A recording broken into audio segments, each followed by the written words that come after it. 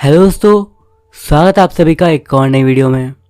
आज मैं आप सभी के लिए एक बार फिर से लेकर आ गया हूँ सब्सक्राइबर्स की भेजी हुई कुछ बेहद ही खौफनाक और सच्ची कहानियाँ लेकर। अगर आप मेरे चैनल पे न्यू हो तो मेक श्योर कि आप इसे सब्सक्राइब करो, और अगर आपको अपने साथ घटी कोई घटना मुझे बतानी हो तो आप उसे स्क्रीन पर दिख रही मेरी इंस्टाग्राम आईडी या फिर मेरे व्हाट्सएप नंबर के ज़रिए मुझ तक पहुँचा सकते हो। आपकी स्टोरी सुनाने में मुझे बहुत ही खुशी होगी। तो यार इसी के साथ बढ़ते हैं आज की पहली कहानी की तरफ, जो कि हमें बताई है हमारे सब्सक्राइबर मयंक ने। आइए आगे की स्टोरी को मयंक के पॉइंट ऑफ व्यू से ही जानते हैं। मेरा नाम मयंक है और मैं लखनऊ का रहने वाला हूँ। ये घटना जो मैं आपको बता रहा हूँ ये आज से कुछ साल पहले की है।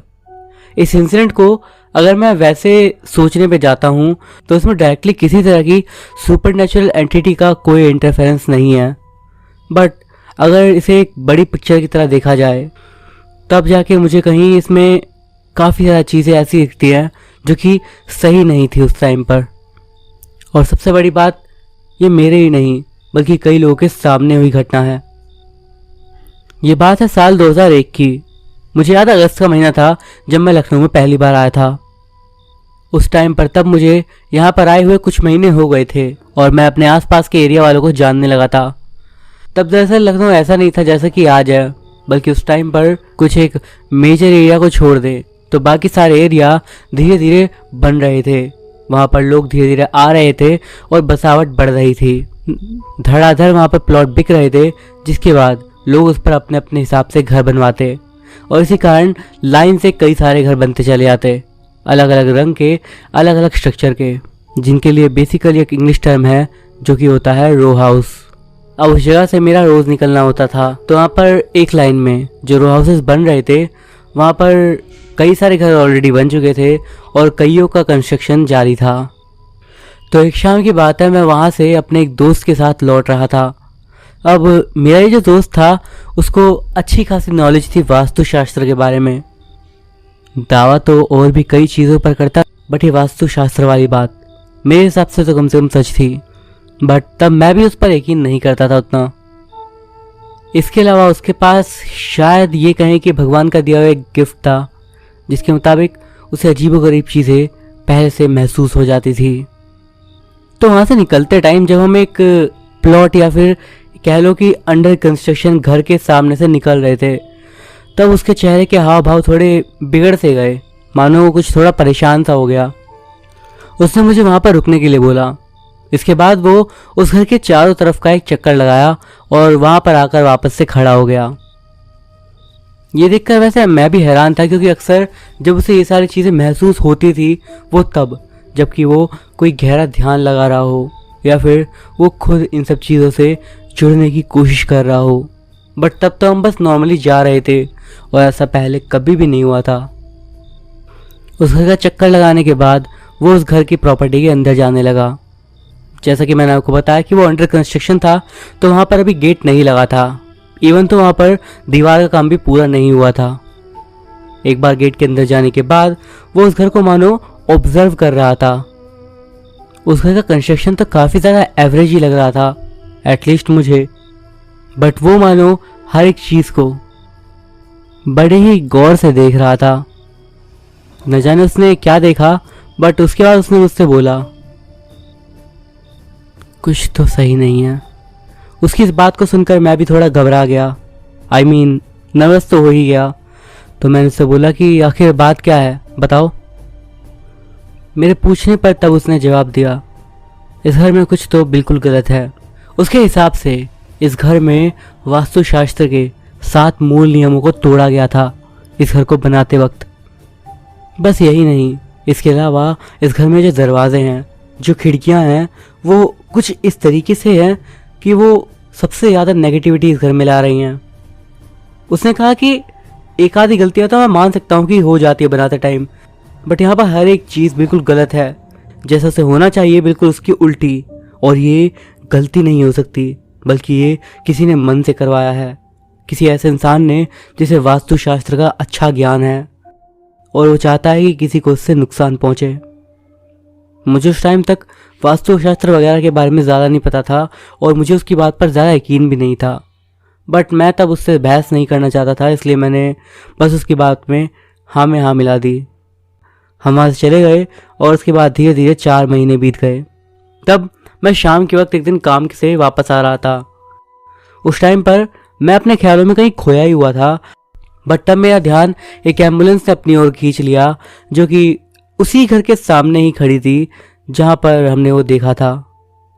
इसके अलावा वहाँ पर अच्छी खासी भीड़ लग रही थी लोगों की, आसपास के मोहल्ले वाले लोगों की। अब जब मैं थोड़ा आगे गया तो मैंने ध्यान दिया कि वो कोई एम्बुलेंस नहीं थी, बल्कि वो एक शव वाहन था जिसका काम होता है डेड बॉडीज़ को ले जाना। बहुत सारे लोग वहाँ पे खड़े थे जो कि तरह तरह की बातें कर रहे थे, और इन सब के बीच में एक लड़का जिसकी उम्र यही कोई 23-24 साल की होगी, वो बीच में खड़ा था और वो काफ़ी ज़्यादा रो रहा था, जिसे देखकर और वहाँ की बातें सुनकर मुझे पता लगा था कि एक आदमी की डेथ हुई है और वो शायद उसका पिता है। तब मैं और कुछ इससे पहले समझता, मुझे एक मेड दिखी और वो मेड मैं उसे जानता था। कुछ टाइम तक वो मेरे पास भी आई थी। तो जब उस लड़के के परिवार वाले, मतलब उसके रिश्तेदार वाले उसके साथ चले गए, तब मैंने उस मेड को अपने पास बुलाया और उससे पूछा कि आखिर क्या हुआ। तब उसने मुझे बताया कि वही बात थी जो मैंने सोची थी। उस लड़के के पिता की मौत हो गई थी बीती रात एक काफ़ी बड़े हार्ट अटैक के कारण। उसने कहा कि एक ही महीने के छोटे से वक्त में उस लड़के ने अपने दोनों मम्मी पापा को खो दिया है। मेरे मुंह से एकदम से निकला, दोनों? तब उसने हाँ में जवाब दिया। उसने बताया कि पिछले हफ्ते ही उसकी मम्मी की अस्थमा के कारण मौत हो गई थी, जस्ट उनके इस घर में शिफ्ट होने के 2 दिन बाद ही। अब जब उसने ये वाली बात बताई तो मुझे थोड़ा अजीब सा लगने लगा और मैं तब तो अपने घर वापस जाने लगा। अब वहाँ से निकलते टाइम पता नहीं क्यों उस लड़के के प्रति मेरा मन थोड़ा पिघल सा रहा था, तो मैंने सोचा कि अब मैं उससे थोड़ा बातचीत करना शुरू करता हूँ। यही सोचकर मैं उसके घर के दरवाजे पर गया और तब मैंने वहाँ पर दस्तक दी। दरवाज़ा उसने खुद ही खोला और जब मैंने उसकी हालत देखी तो मैं काफ़ी हैरान रह गया। वो काफ़ी ज़्यादा बीमार लग रहा था और काफ़ी कमज़ोर लग रहा था। उसके हाथ और फेस पर न जाने कैसे बट स्वेलिंग हो रही थी। उसकी आंखें काफ़ी हद तक रेड सी हो रही थी और बाल बिल्कुल बिखरे हुए थे। ऐसा लग रहा था उसे देखकर कि मानो उसे दरवाज़ा खोलने में भी काफ़ी ज़्यादा मेहनत करनी पड़ी होगी। मैंने जैसे ही उसे देखा, मैंने उसके कंधे के सहारे उसको सहारा दिया और उसे नज़दीकी कुर्सी पर बैठा दिया। वो ऐसी हालत तक में भी नहीं था कि मुझसे कुछ बोल सके, और आप यकीन नहीं मानोगे कि वहाँ पर मेरे पहुँचने के थोड़ी देर बाद ही उस कुर्सी पर बैठने के साथ ही पता नहीं कैसे बट वो सो गया। उसकी सांसें काफ़ी तेज़ चल रही थी, और एक और चीज़ जिसके कारण मेरा दिमाग घूमा वो ये कि उसने अपनी जीभ को सोते टाइम अंदर की तरफ मोड़ रखा था और उसका मुंह थोड़ा खोला हुआ था, और ये कोई अच्छा संकेत नहीं माना जाता, इसके कुछ बुरे मीनिंग होते हैं। अब मैंने अपने पास ही में रहने वाले एक फ्रेंड को बुलाया जो कि वहाँ से 2 घर छोड़ के ही रहता था। उसकी हेल्प से मैंने इस लड़के को हॉस्पिटल तक लेके गया और वहाँ पर मैंने उसे एडमिट करवाया। जब वहाँ पर डॉक्टर से अपना काम करा तो उसके बाद उन्होंने बताया कि उसे लीवर में प्रॉब्लम है। बट हैरानी की बात यह थी कि जब वो हॉस्पिटल में गया उसके बाद वो काफ़ी ज़्यादा तेज़ी से रिकवर हुआ। मतलब ये बात सच में ही काफ़ी हैरान कर देने वाली थी कि इतनी जल्दी वो कैसे ठीक हो गया। और यही नहीं कि 2 दिन के अंदर वो नॉर्मल हुआ, वो काफ़ी ज़्यादा जैसे वो वीक लग रहा था, वो 2 दिन के अंदर ही काफ़ी ठीक लग रहा था। इसके अलावा उसने अपने कई सारे काम में निपटाए, जैसे कि उसे इंश्योरेंस वगैरह जो लेना था वो उस काम से भी बाहर गया। उसके बाद उसने हम सबको हमारे पैसे दे दिए जो कि हमने उसके ऊपर खर्च करे थे। एक और हैरानी की बात ये थी कि उसको कभी भी लीवर से रिलेटेड प्रॉब्लम नहीं हुई थी लाइफ में, और ना ही वो कोई ऐसा काम करता था जिससे उसे ऐसा होना चाहिए था। इवन उसे कभी जॉन्डिस भी नहीं हुआ था। अब उस घर के बारे में जो चीज़ें हमें मालूम थी या जो हमें लगी थी वो हमने सारी बातें उसे बता दी।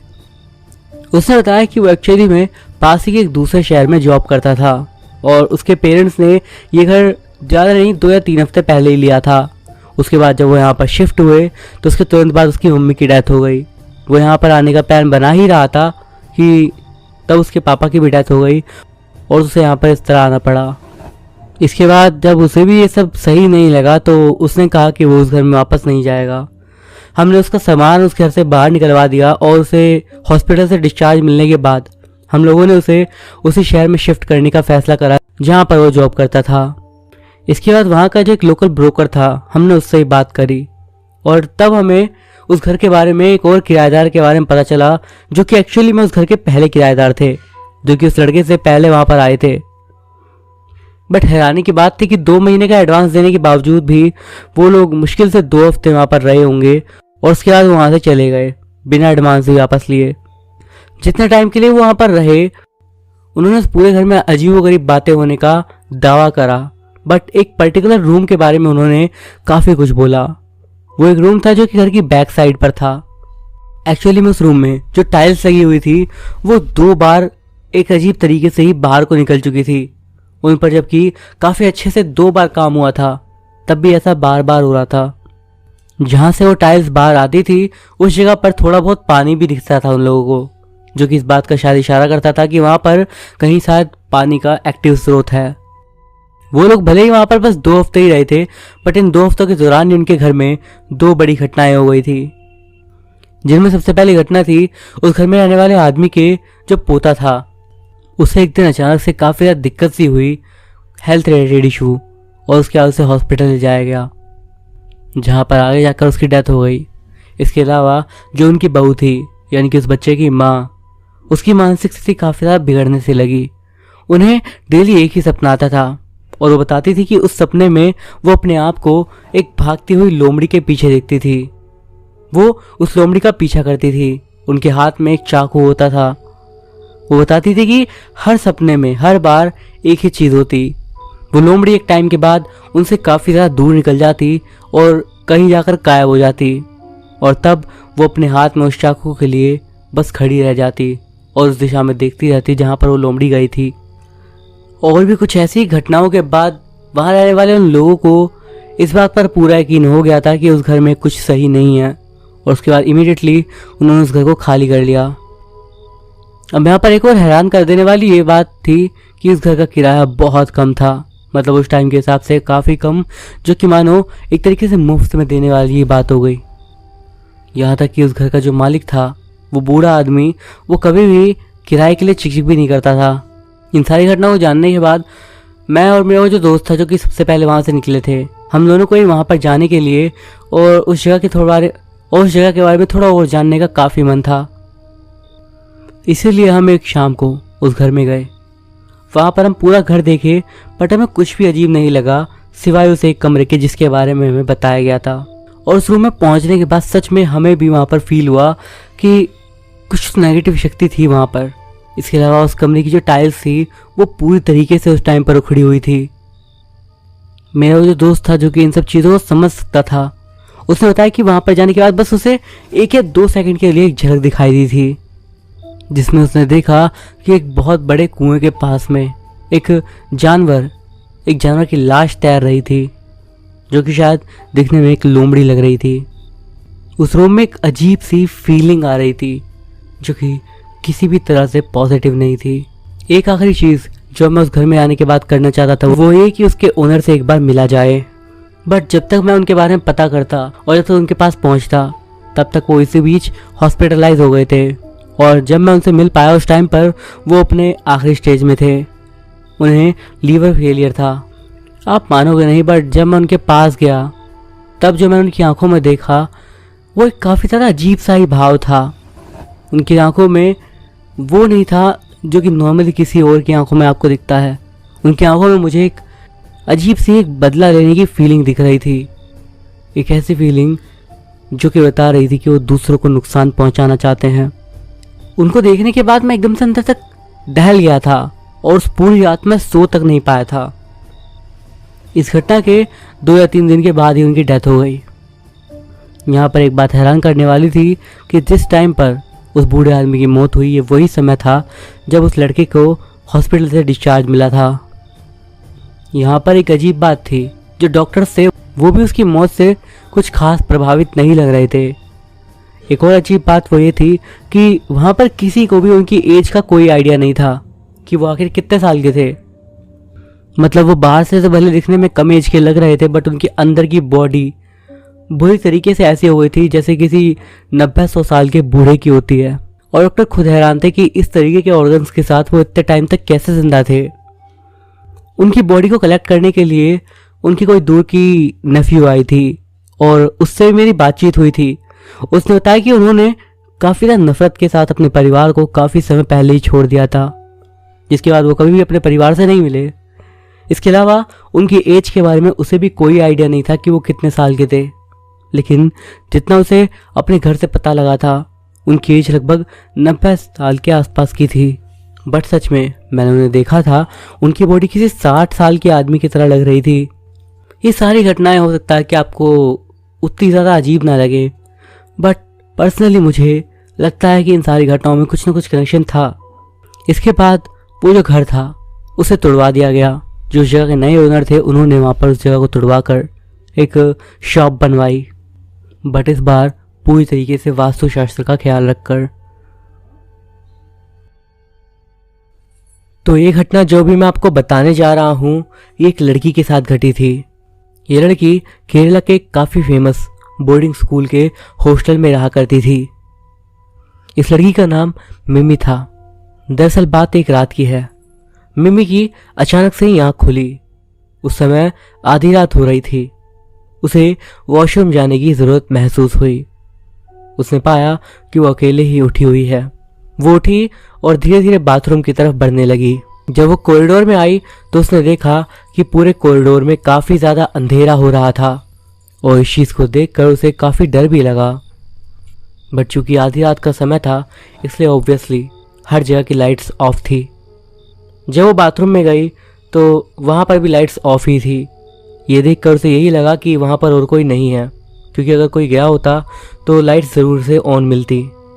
बट तब जब वो वहाँ से अंदर जा ही रही थी तो उसने देखा कि उसके सामने, जस्ट वॉश बेसिन के सामने जहाँ एक मिरर लगा हुआ है, एक लड़की खड़ी थी। उस लड़की के शायद बाल भीगे हुए थे क्योंकि उसके बालों से शायद पानी नीचे गिर रहा था। वो लड़की लगातार अपने बालों पे अपने हाथ से कुछ कर रही थी।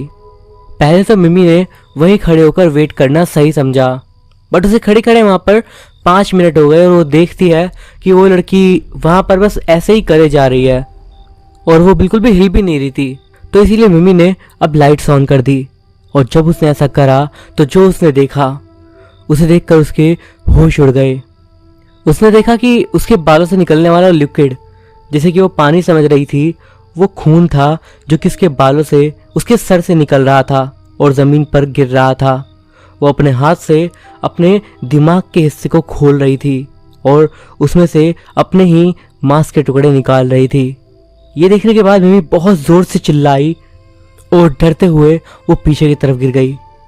उसके अंदर अब उठकर भागने की हिम्मत भी नहीं बची थी, इसीलिए वो अपने पैरों पर जैसे तैसे रेंगते हुए ही बाथरूम से बाहर की तरफ निकलने लगी और ज़ोर ज़ोर से मदद के लिए चिल्लाने लगी।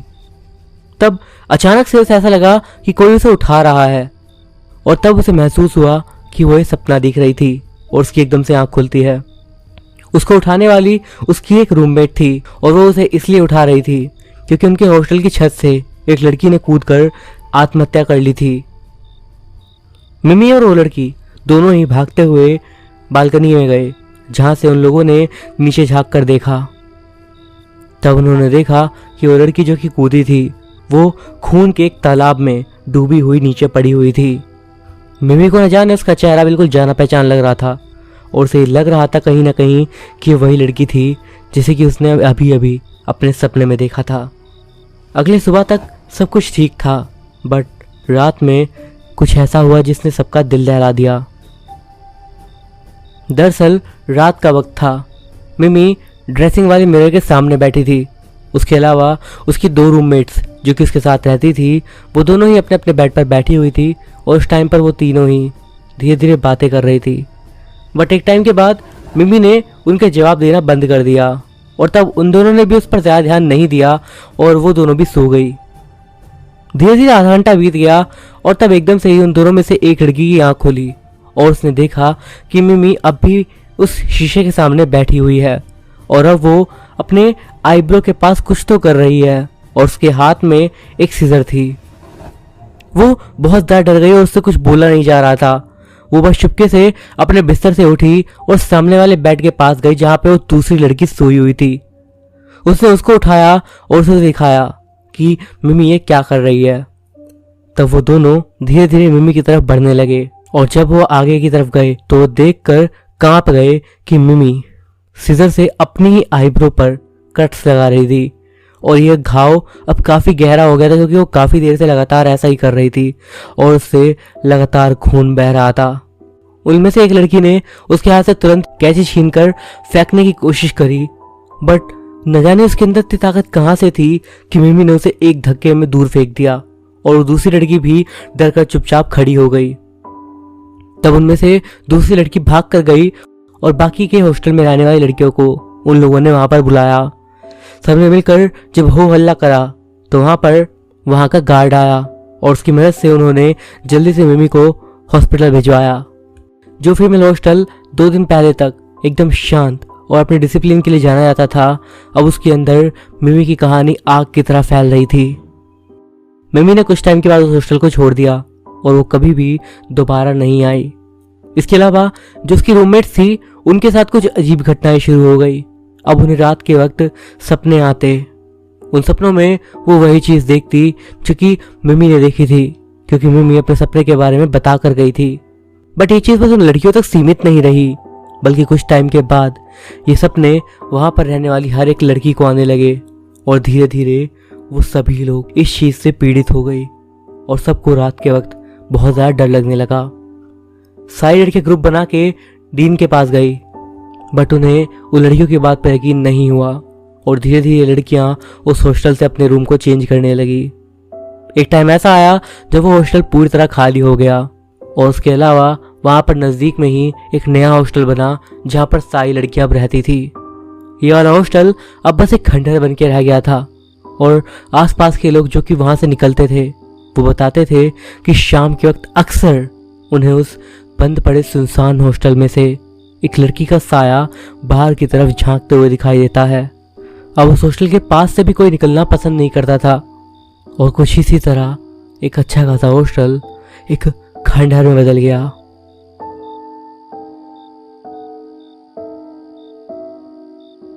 ये इंसिडेंट जो मैं आपको बता रहा हूँ ये आज से लगभग 7 साल पहले का है। ये तब की बात है जब मैंने अपने कुछ कॉलेज के दोस्तों के साथ मिलने का प्लान बनाया था। दरअसल इसे आप एक छोटा सा रीयूनियन भी बोल सकते हो। जिस जगह पर हमारे जाने का प्लान था ये मुंबई से 60 किलोमीटर दूर थी और एक बीच वाला रिजॉर्ट था। इस जगह का नाम था मुरूद, या फिर फेमसली लोग इसे प्रिस्टीन बीच भी कहते हैं। घूमने के लिए काफ़ी अच्छी जगह है। तो एक वीकेंड के लिए हमने उस जगह को बुक कर लिया और उसके बाद उस जगह पर जाने के टाइम का वेट करने लगे। इस इवेंट के लिए मैं पर्सनली काफ़ी एक्साइटेड था क्योंकि मैं बहुत ज़्यादा खुश था ये सोच के कि अब सारे दोस्तों के साथ मिलके भले ही थोड़े समय के लिए पर मैं एंजॉय कर सकूँगा। हम लोगों को फ्राइडे में दोपहर को मुंबई से निकलना था ताकि हम मुरूद शाम तक पहुँच जाएं। बट मेरी किस्मत में कुछ और ही था। मुझे उसी समय पर कुछ ज़रूरी काम आ गया और इस वजह से मैं बाकी लोगों के साथ नहीं जा पाया और वो लोग दोपहर में जा चुके थे। तो इसीलिए अब मैंने डिसाइड करा कि मैं रात के वक्त निकलूँगा और इसी वजह से मेरा एक फ्रेंड था आनंद, वो भी मेरे साथ रुक गया ताकि वो मेरे साथ चल सके। काम करते करते वहाँ से निकलते निकलते रात में मुझे 8 बज गए थे और उसके बाद हम लोग मुरूद की तरफ बढ़ चले। वहाँ जाने का जो रास्ता है वो वैसे काफ़ी ज़्यादा सुनसान रहता है, बट रात के वक्त वो और ज़्यादा सुनसान था और ये काफ़ी ज़्यादा एक नैरो रास्ता है जहाँ पर एक्सीडेंट भी होते रहते हैं। तो इसीलिए हमें काफ़ी ज़्यादा ध्यान से ड्राइव करना था। नॉर्मली वहाँ पहुँचने में हमें 2.5-3 घंटे लगने चाहिए थे, बट रात के वक्त ऐसे पतले रास्तों पर चलना ये काफ़ी ज़्यादा मुश्किल काम होता है और इसीलिए वहाँ पहुँचने में हमें टाइम लग रहा था। ऑलमोस्ट 40 किलोमीटर्स का सफ़र करने के बाद रात में लगभग 11:30 बजे के आसपास हम एक ऐसे रोड पर थे अब जो कि थोड़ा चौड़ा हो गया था और सुनसान वो भी वैसे ही था। तब थोड़ा आगे बढ़ने के बाद रोड के साइड में मैंने एक कपल को देखा। वो लोग लिफ्ट मांग रहे थे। वैसे हम नॉर्मली ऐसे किसी को भी लिफ्ट नहीं देते हैं, ख़ास तौर पर उस समय जिस समय हम वहाँ से गुजर रहे थे। बट उन लोगों को देखकर लग रहा था कि शायद वो हनीमून वगैरह पर आए थे, क्योंकि वो काफ़ी ज़्यादा उसी तरीके से थे जैसे यूजुअली न्यूली मैरिड कपल होते हैं। इसलिए हमने गाड़ी रोक दी और उनसे पहले बात करने लगे। उनसे बात वगैरह करने के बाद मुझे वो लोग सेफ लगे और इसीलिए हम दोनों ने डिसाइड करा कि हम उन्हें लिफ्ट दे देंगे। तो उनमें से जो आदमी था उसने बताया कि वो लोग कसीद बीच पे थे, जो कि यहाँ से लगभग 10 किलोमीटर के आसपास है। वहाँ पर वो लोग रिजॉर्ट में रह रहे थे, बट लास्ट 2 घंटे से वो यहीं पर फंसे हुए थे। उन्होंने बताया कि उन्होंने एक रेंट पे बाइक ली थी और वो अचानक से पंचर हो गई इस जगह पर। जब उसने ऐसा बोला तो मेरी नज़र पीछे की तरफ गई और हाँ, वहाँ पर सच में एक बाइक दिख रही थी जिसका टायर भी मुझे पंचर अलग से दिख रहा था, जो कि पूरा फ्लैट हो चुका था। इस वजह से उसकी बात पर मुझे और ज़्यादा बिलीव हो गया। इसलिए हमने उन्हें गाड़ी चढ़ने के लिए बोल दिया और हमने कहा कि हम उन्हें वहाँ पर छोड़ देंगे, क्योंकि वो जगह हमारे रास्ते में ही थी। बात करते करते हमने फील करा कि वो काफ़ी ज़्यादा अच्छे से बात करने वाले और काफ़ी ज़्यादा फ़नी लोग थे। उन्होंने अपना नाम रवि और सुनीता बताया। उनकी शादी लगभग 1 महीना पहले ही हुई थी और वो यहाँ पर अपने हनीमून के लिए आए थे मुंबई से। धीरे धीरे टाइम बीतने लगा और अब जो पहले हम बातचीत कर रहे थे, अब धीरे धीरे वो शांति बदल गई, क्योंकि लगभग हम सभी लोग थके हुए थे। उन लोगों ने भी आपस में एक दूसरे को कंफर्टेबल कर लिया था और वो कार की बैक सीट पर थे और धीरे धीरे बस जो आवाज़ हमें आ रही थी वो उनकी धीरे धीरे होने वाली फुसफुसाहट की ही थी। आनंद और मैंने एक दूसरे को देखकर मुस्कुरा दिया, बट कुछ बोला नहीं। पर तब कुछ ऐसा हुआ जिसे सोचकर आज भी मेरे रोंगटे खड़े हो जाते हैं। कशीर के कहीं आसपास में ही एकदम से ही हमारी गाड़ी चलते चलते रुक गई। मुझे पता था कि हमारा जो फ्यूल टैंक है वो पूरी तरीके से भरा हुआ है, तो इसीलिए उस कारण ऐसा नहीं हो सकता। गाड़ी में पीछे देखे बिना ही मैंने गेट खोला और उसके बाद बोनट के पास चला गया और मैं अब बोनट खोल के देखने लगा कि आखिर ऐसा होने की वजह क्या थी। तब मुझे उस आदमी रवि की आवाज़ आई, जो कि मुझसे पूछ रहा था कि क्या मुझे कोई मदद चाहिए। मैं उसे देख नहीं पा रहा था क्योंकि बोनट ओपन था, लेकिन अजीब बात यह थी कि आनंद ने कोई आवाज़ मुझे नहीं दी थी, क्योंकि मेरा दोस्त था और नेचुरली वो ज़रूर बाहर आना चाहिए था। मैंने आनंद को आवाज़ दी और जब उसने कोई जवाब नहीं दिया तो धीरे धीरे विंडो की साइड जाने लगा। मैंने देखा आनंद वहाँ पे बस बैठा हुआ है और उसे काफ़ी ज़्यादा पसीना आ रहा है। उसने बस मेरी ओर देखा और पीछे वाली सीट की तरफ बस इशारा करा। जब मैं पीछे देखा तो मेरे सच में होश उड़ गए। पीछे से अब भी उन दोनों लोगों की आवाज़ कंटिन्यूसली आ रही थी, बट यहाँ पर डरावनी बात यह थी कि वो दोनों हमें दिख नहीं रहे थे। सिर्फ उनकी धीरे धीरे होने वाली फुसफुसाहट की आवाज़ आ रही थी और सीट्स खाली थी। मुझे अचानक से चक्कर आने लगा और मुझे लगा कि शायद मैं बेहोश हो जाऊंगा। मैंने जैसे तैसे करके अपने अंदर जितनी हिम्मत थी उसे बचाया और गाड़ी का दरवाज़ा खोल के आनंद को बाहर खींचा। उसके बाद हम लोग ऐसे भागने लगे कि मानो हम जिंदा ही नहीं बचेंगे। जब हम गाड़ी से कुछ मीटर दूर आ गए तब हमें एक आदमी की काफ़ी तेज़ हंसने की आवाज़ आने लगी और एक औरत के धीरे धीरे खिसियाने की, जो कि कार की साइड से ही आ रही थी, बट वहाँ पे स्टिल कोई भी नहीं था। इसके बाद एकदम से ही वहाँ पर शांति सी छा गई। हम लोग डरे हुए थे, इसीलिए हम कार के पास नहीं गए। हम आगे ही बढ़ते रहे ये सोच के कि हमें कोई मिल जाएगा जो कि हमारी हेल्प कर देगा। वो तो हमारी किस्मत अच्छी थी कि वहाँ से थोड़ा दूर आगे पर ही एक पुलिस चौकी थी। डर से कांपते हुए हम लोग वहाँ पर गए और पुलिस वालों के सामने ही गिर पड़े। वहाँ पर जो पुलिस वाले थे वो सच में काफ़ी ज़्यादा अच्छे थे और जब हमने उन्हें अपनी स्टोरी बताई तो ऐसा नहीं था कि उन्होंने यकीन नहीं करा, क्योंकि वो जानते थे हम सच बोल रहे थे। उन्होंने बताया कि ऐसा पहली बार नहीं हुआ इस जगह पर। उन्होंने ये सुना है कि यहाँ पे कुछ साल पहले कोई कपल हनीमून पर आया था और उसके बाद उनका मर्डर हो गया। दरअसल उनकी बाइक में पंचर वगैरह कुछ हो गया था, जिस कारण उन्होंने किसी से लिफ्ट ली थी, बट जिससे उन्होंने लिफ्ट ली थी उन लोगों ने ही उनके साथ ऐसा कर दिया। और उसके बाद से ऐसा कई बार हुआ है कि यहाँ आने वाले राहगीरों के साथ ऐसी चीज़ें होती हैं। वहाँ पर वो जो कांस्टेबल थे उन्होंने कहा कि हम रात में पुलिस स्टेशन में ही रुक जाएं और हमने उनकी बात मान भी ली। हमने तुरंत ही अपने बाकी दोस्तों को कॉल करी और उन्हें इस इंसिडेंट के बारे में बताया। इसके अलावा हमने उनसे यही बोला कि वापस आते टाइम तुम लोग इस रोड से मत आना, क्योंकि हम नहीं चाहते थे कि जो हमारे साथ हुआ वो उनके साथ भी हो। आनंद और मैंने काफ़ी ज़्यादा डरते हुए वो रात पुलिस स्टेशन में ही बिताई। हमें यकीन भी नहीं होता कि हमारे साथ ऐसा कुछ हुआ है। अगली सुबह यही कोई 6 बजे के आसपास पुलिस वालों की मदद से हम अपनी कार के पास तक गए, जो कि बिल्कुल खाली थी। वहाँ पर हमारा एक दोस्त भी आ गया हमने पुलिस वालों को शुक्रिया किया और वापस अब हम मुंबई की तरफ जाने लगे, क्योंकि अब हमारा उस रीयूनियन में जाने का कोई प्लान नहीं था। हम दोनों ही डरे हुए थे। आनंद और मैं बस इस बात से खुश थे कि हमें किसी भी तरह का नुकसान नहीं हुआ है। उस टाइम पर जब हम वापस मुंबई की तरफ जा रहे थे, तब मैंने विंडो से उस जगह पर ध्यान से देखने लगा जहाँ पर हमने वो कपल देखा था। अब मुझे वहाँ पर उनकी कोई बाइक नहीं दिख रही थी, जो कि मैंने पिछली रात देखी थी। बट तब मैंने वहाँ पर एक चीज़ देखी, एक टायर, शायद एक जंग लगा हुआ पुराना सा टायर जो कि रोड के साइड में पड़ा हुआ था। हो सकता है मेरा वहम हो, क्योंकि मैं उसी चीज़ के बारे में कंटिन्यूसली सोच रहा था, बट फिर भी कौन जाने। लगभग 1 साल के बाद मैं कशीद में वापस गया और वहाँ पर जाने से पहले मैं उस पुलिस स्टेशन में एक बार फिर से गया और मैंने उनसे पूछा कि क्या उसके बाद भी कोई ऐसी घटना हुई है। तो उन्होंने कहा कि नहीं, उसके बाद से ऐसा कोई इंसिडेंट नहीं हुआ है। बस मैं तो यही आशा करता हूँ कि उन दोनों की आत्मा को शांति मिल जाए और आगे कभी भी किसी के साथ ऐसा ना हो।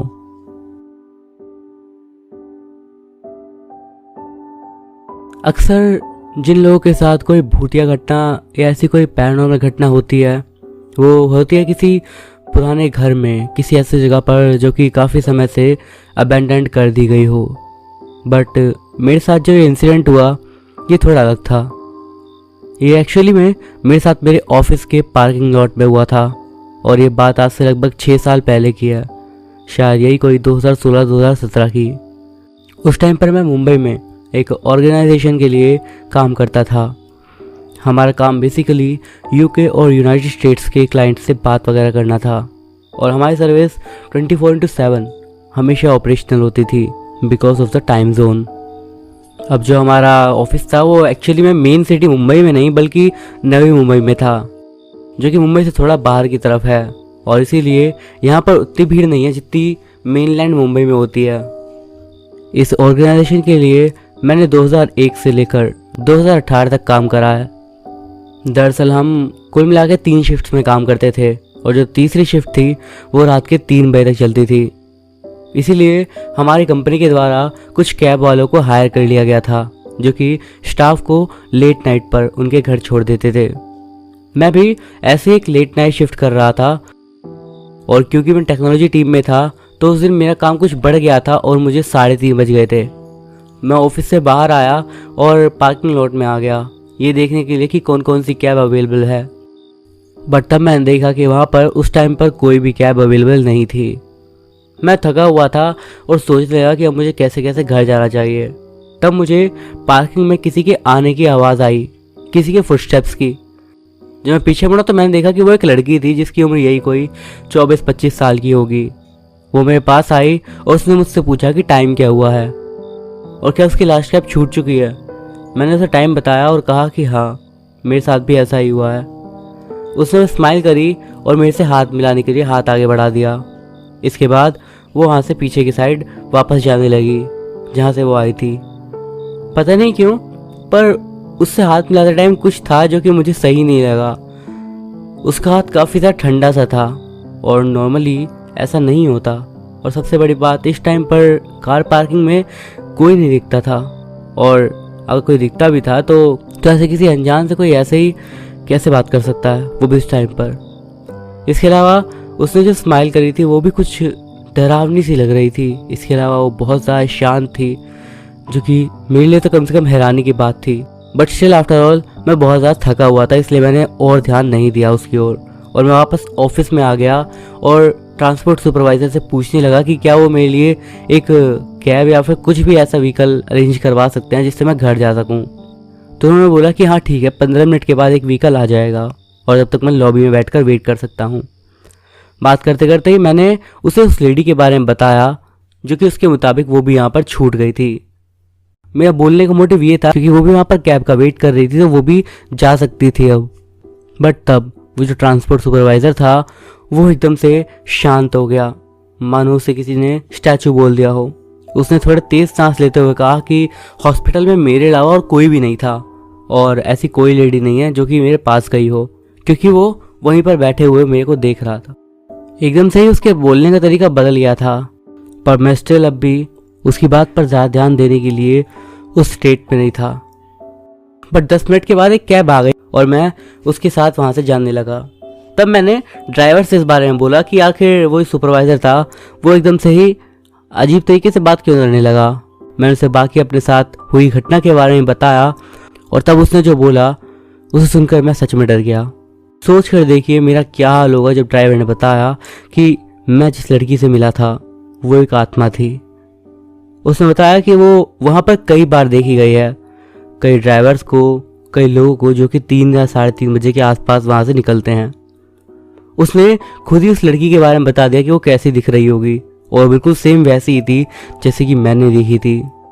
इसके बाद उसने बताया कि कुछ साल पहले की बात है, यहाँ पर जो पिछला ऑफिस था वहाँ पर वो लड़की काम करती थी और उसी दौरान उसके साथ किसी ने मोलेस्टेशन किया और पार्किंग लॉट में एक कार के अंदर उसका रेप कर दिया गया, जिसके बाद वो वहीं पर मर चुकी थी बट उसकी बॉडी को कहीं डंप कर दिया गया। शायद उसी के बाद से उसकी आत्मा यहाँ पर घूम रही है। जैसे जैसे मैंने उसकी ये सारी बातें सुनी मेरी तो हालत ही ख़राब हो गई थी। ऐसा लग रहा था कि मैं घर भी कितनी देर में पहुँच रहा हूँ। इस दिन के बाद मैंने कभी भी नाइट शिफ्ट करने से मना कर दिया क्योंकि सच में मैं इस इंसिडेंट से अंदर तक डर चुका था। आपको कैसा लगेगा कि आप किसी से अच्छे तरीके से मिलें और इन द एंड आपको पता लगे कि वो चीज़ एक आत्मा थी।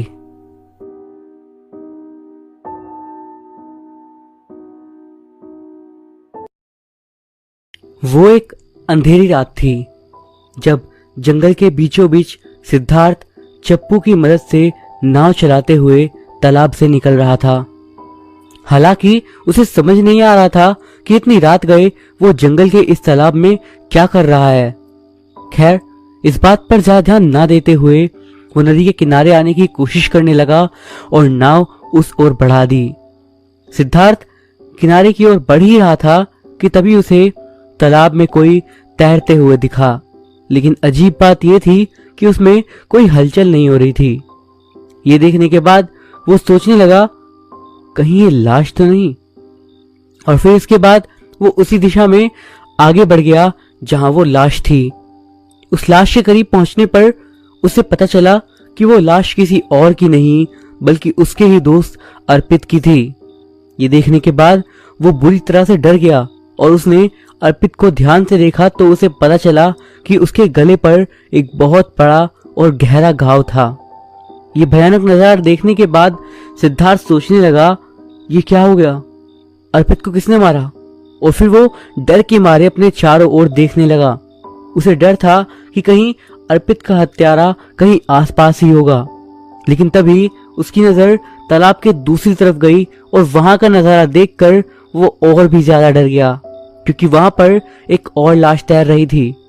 इसके बाद किसी तरह हिम्मत करके सिद्धार्थ ने अपनी नाव उस दूसरी लाश की ओर मोड़ ली।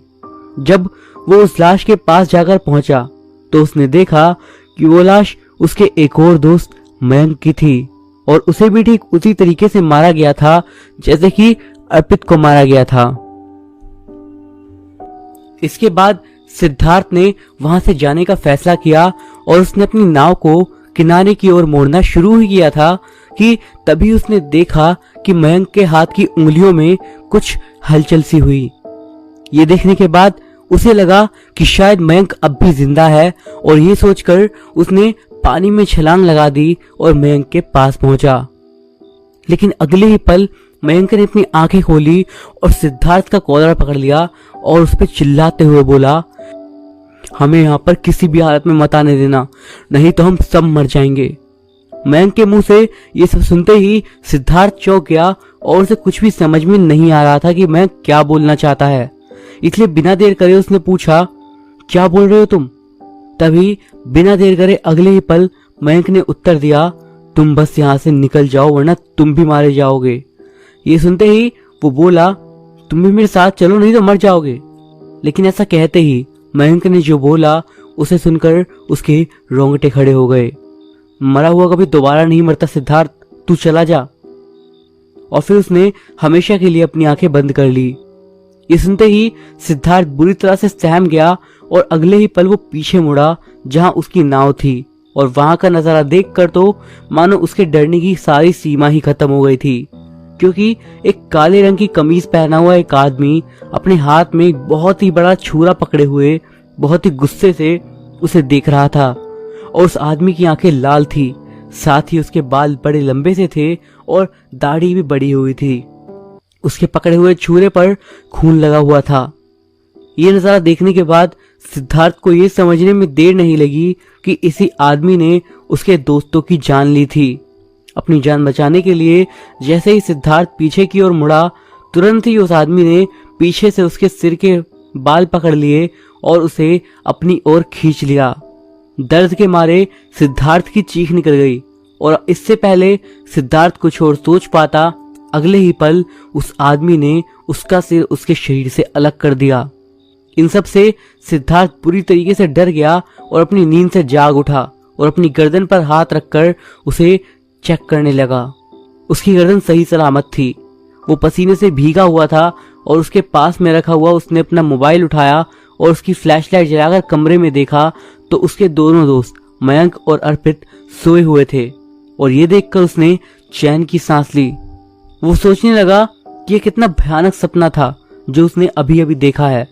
बड़ी मुश्किल से उसने दोबारा सोने की कोशिश करी और उसकी आंख फिर से लग गई। लेकिन एक बहुत बड़ा सवाल ये था कि उसने जो देखा, कहीं ये आगे आने वाली किसी अनहोनी की तरफ तो इशारा नहीं था। अगले दिन रात के करीब 11 बजे सिद्धार्थ अपने दोनों दोस्त अर्पित और मयंक के साथ बाहर टहल रहा था। वो लोग अक्सर रात के समय बाहर टहलने जाते थे। सिद्धार्थ किसी को भी कल रात उसने देखे हुए उस भयानक सपने के बारे में नहीं बताया था। वो सभी बातें करते हुए सुनसान रास्ते पर टहल रहे थे। तभी उन्होंने देखा कि एक कार खंबे से टकरा गई।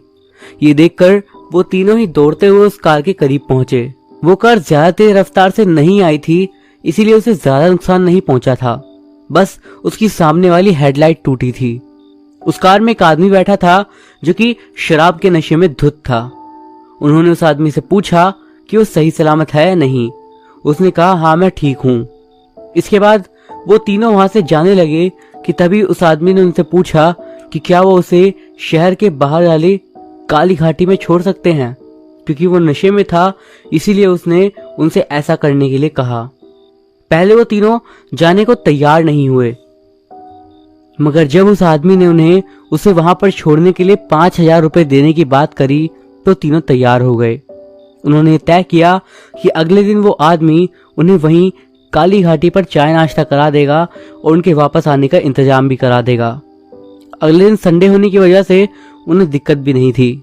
ऊपर से वो तीनों अपने घर से दूर कॉलेज की पढ़ाई के लिए यहाँ शहर में किराए के घर पर रहते थे, तो उन्हें पूछने वाला भी कोई नहीं था कि वो रात भर कहाँ है। इसके बाद वो तीनों उस आदमी के साथ उसकी कार में बैठ गए और काली घाटी के लिए निकल पड़े। लगभग 20 मिनट के सफर के बाद सभी कार से सफर करते हुए काली घाटी से गुजर रहे थे। वो जंगल काफी घना था और जिस सड़क से वो गुजर रहे थे वो सड़क भी सुनसान थी। मयंक कार चला रहा था। इसी सफर के बीच पता नहीं क्यों पर सिद्धार्थ और अर्पित की आंख लग गई। मयंक की आंखों में भी नींद झलक रही थी और कुछ देर बाद उसने कार रोकी और वो भी सो गया। कुछ देर बाद किसी ने उन तीनों पर पानी छिड़काया, जिससे उन तीनों की नींद खुल गई और उन तीनों ने अपने आप को एक डाइनिंग रूम में एक बड़े से खंबे से बंधा हुआ पाया। उन तीनों को 3 अलग अलग पिलर्स से बांधा हुआ था और उस आदमी ने जिसकी वो कार थी उसके चेहरे पर पानी छिड़का था। दरअसल बात यह थी कि कार से सफर करते वक्त उस आदमी ने ही उन्हें पीने के लिए जो पानी दिया था उसमें बेहोशी की दवाई थी। यही कारण था उन तीनों की नींद का। सिद्धार्थ ने डरते हुए उस आदमी से पूछा, क्यों कर रहे हो तुम ये सब हमारे साथ? हमने क्या बिगाड़ा है तुम्हारा? हमें जाने दो। तब उस आदमी ने शैतानी हंसी के साथ कहा, तुमने मेरा कुछ नहीं बिगाड़ा है, पर मैं तुम्हें जाने नहीं दूंगा जब तक कि तुम्हारे पेरेंट्स मुझे पैसे ना दे दें। और अगर कहीं तुम में से किसी ने भी यहाँ से भागने की कोशिश करी तो तुम्हारा अंजाम कुछ ऐसा होगा। और फिर उस आदमी ने दीवार पर लगा एक बटन दबाया। उसके बटन दबाते ही लोहे की एक चैन उतरने की आवाज आने लगी और ऊपर से एक पिंजरा उनके सामने आ गया। लेकिन उसमें जो था उसे देखकर उन तीनों के ही रोंगटे खड़े हो गए। उसमें उन्हीं के उम्र के एक लड़के की लाश थी जिससे सड़ी हुई बदबू आ रही थी। कोई भी उस लाश को देखकर बता सकता था कि उस लड़के की मौत जलने के कारण हुई थी, लेकिन अजीब बात तो ये थी कि उस लड़के की स्किन पर कुछ लगा हुआ था, मानो कुछ ग्लू जैसा। तभी उस आदमी ने पास में रखी हुई एक बड़ी सी हांडी की ओर इशारा करते हुए उन तीनों पर चिल्लाते हुए कहा, क्या तुम सभी वो दिख रहा है? मेरी सीक्रेट चॉकलेट की रेसिपी। अगर तुम में से किसी ने भी यहाँ से भागने की कोशिश करी तो मैं उस भागने वाले को सीधा उस उबलते हुए चॉकलेट में डाल दूंगा, और तब अपनी हालत के लिए तुम खुद जिम्मेदार होगे। और फिर वो आदमी वहां से बाहर चला गया। वो तीनों ही खौफ के मारे एक दूसरे को देखने लगे और आपस में बातचीत करके सोचने लगे कि ऐसा क्या किया जाए जिससे वो इस मुसीबत से निकल सकें। तभी सिद्धार्थ को याद आया कि उसकी जेब में एक कीचैन थी जिसकी बगल की धार बहुत नुकीली थी। उस आदमी ने उन तीनों के मोबाइल फोन तो उनकी बेहोशी की हालत में निकाल लिए थे, पर वो सिद्धार्थ की जेब की उस चैन पर ध्यान नहीं दे पाया। उसने किसी तरह अपनी जेब से उस कीचैन को निकाला और उसकी नुकीले कोने की मदद से अपने आप को आजाद करा। ये देखने के बाद मयंक और अर्पित की भी जान में जान आई और उन्हें वहां से भागने की एक उम्मीद दिखी। अब इससे पहले सिद्धार्थ अपने दोनों दोस्तों को छुड़ा पाता कि उससे पहले ही उसे किसी के उस कमरे की ओर बढ़ने की आवाज आई और इसी वजह से तीनों डर गए। सिद्धार्थ को समझ में नहीं आ रहा था कि वो क्या करे, इसीलिए डर के वो उसी पिलर के पीछे छिप गया जिससे वो बंधा हुआ था। जब वो आदमी उस कमरे में दाखिल हुआ तो सिद्धार्थ को वहां ना पाकर वो बहुत नाराज हुआ और चिल्लाते हुए बोला, चूहे कहीं के, मुझे पता है तू यहीं कहीं है, क्योंकि मैंने इस कमरे का दरवाजा बाहर से बंद करा था और यहाँ से बाहर जाने का और कोई रास्ता नहीं। अब तू खुद से सामने आ जा, नहीं तो अगर मैंने तुझे ढूंढा तो मैं तुझे इसी चॉकलेट में डुबा कर मारूंगा। इसके बाद वो आदमी उस हांडी के पास में रखे हुए पिलर के पीछे देखने लगा जहां सिद्धार्थ छिपा हुआ था। जैसे ही वो आदमी सिद्धार्थ के सामने आया, सिद्धार्थ ने अपना पूरा जोर लगाते हुए उस आदमी को एक जोरदार धक्का दिया और वो आदमी सीधा उस उबलते हुए चॉकलेट की हांडी में जाकर गिरा।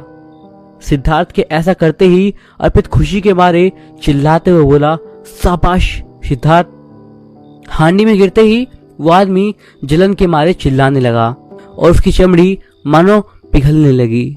उस आदमी की ओर ज्यादा ध्यान ना देते हुए सिद्धार्थ ने अपने दोस्तों को छुड़ाया और वो तीनों उस कमरे से बाहर भागे। दूसरे कमरे में एक टेबल पर उन्हें उन तीनों के मोबाइल फोन मिल गए। ये देखते ही बिना देर करे उन्होंने वो उठाए और वहां से भाग निकले। बाहर जाने के बाद में उन्हें पता चला कि वो एक बड़ा घर था जो कि जंगल में बना हुआ था। वो कार भी वही थी जिसमें बैठकर वो सब काली घाटी के जंगल से गुजर रहे थे, लेकिन उसका इस्तेमाल ना करने का उन्होंने फैसला करा क्योंकि अनजाने में ही सही पर सिद्धार्थ ने किसी की जान ली थी। इसीलिए पुलिस के चक्कर में ना पड़े, इसीलिए वो सब दौड़ते हुए किसी तरह देर रात अपने घर पहुंचे। उस रात को उन तीनों में से किसी को भी नींद नहीं आई क्योंकि जाहिर सी बात थी, उनका एक बहुत बुरी मौत से सामना हुआ था। कुछ दिनों के बाद उन्हें पता चला कि वो आदमी एक साइकोपाथ था जो कि पहले भी किडनैप करके कॉलेज के लड़कों को मार चुका था। वो अलग अलग शहरों में घूम चुका था और इसी तरह के कई सारे मर्डर्स कर चुका था।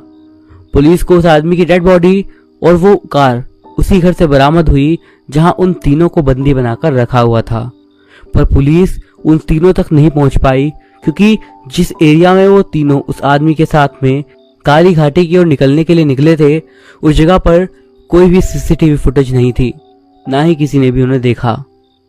आज इस बात को कई साल गुजर गए हैं।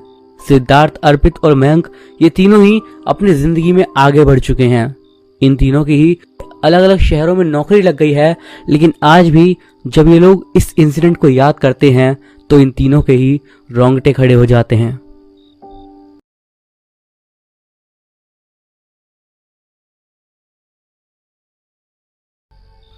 उन दिनों अखबारों, न्यूज चैनलों की सुर्खियों में केवल एक ही खबर थी, सुंदरगढ़ का किला, और आए दिन वहां हो रही रहस्यमय भयानक मौतें।